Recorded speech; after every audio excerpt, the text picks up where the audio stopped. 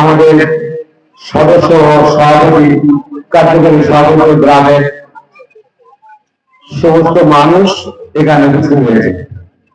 যাই হোক, আমি ভালো বলতে পারবো না,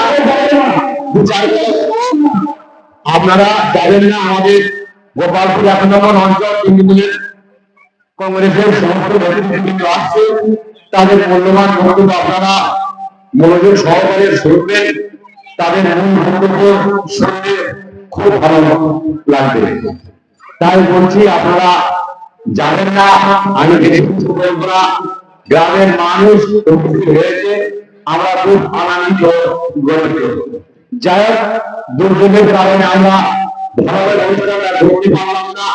গ্রামের মানুষ সবাই চলে এসেছে, তাই সকলের কাছে আমাদের কমিটির পক্ষ থেকে আন্তরিক অভিনন্দন ভালোবাসা জানিয়ে বিচার করা বলে আমি আমার সংক্ষিপ্ত বক্তব্য শেষ করব।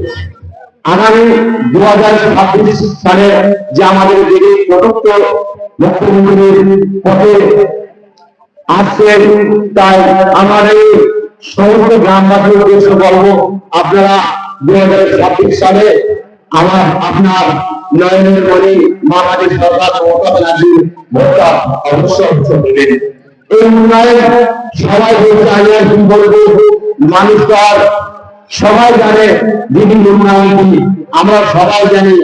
আমরা যখন যাচ্ছি ভাত খাওয়ার পরে সেই বলে সকলে চিন্তা করি যে মামাটি সরকার কেমন, মামাটি মানুষ কেমন। আর আমাদের অধিনায়ক অভিষেক ব্যানার্জি কথা দেয় কথা রাখে, কথা দেয় কথা রাখে। তাই বলছি, এই আমাদের মানুষ আপনারা ভুল বুঝবেন না, সঠিকভাবে আমাদের এই টিএমসি দলটাকে ধরে রাখবেন। আগামী দিনে আশা করি আপনাদের ভালো জায়গা আমরা পেয়ে যাব। তাই বলছি, আপনারা কোনো ভুল পথে যাবেন না, কোনো ভুল সিদ্ধান্ত নেবেন না। 2026 যে আমাদের ভোট আসছে, তাই সকলের কাছে অনুরোধ করে বলবো, আপনারা মামাটির সরকারে হাতটি শক্ত করে আপনারা সঠিকভাবে টিএমসিকে ভোটটা দেবেন। যাই হোক, আমি বেশি কিছু বলতে পারবো না। আশা করি আমাদের বিষয় 7 নম্বর বুথে মেম্বার আমিনুল মজুদের ঠিক আছে, মঞ্চের কাছে আপনি চলে আসবেন।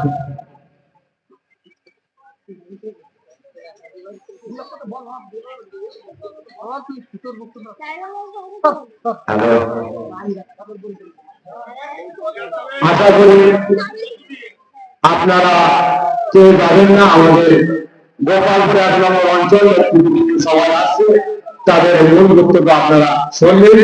ধৈর্য ধরে বসবেন, আর একটু আপনারা বসুন। তাই বলছে আপনারা কেউ চলে যাবেন না। যাই হোক, 2026 যে ভোট আসছে, অনুরোধ করে বলবো আমাদের মানুষ ভোটটা আমরা সবাই মিলে যেন আমাদের সরকারের দিতে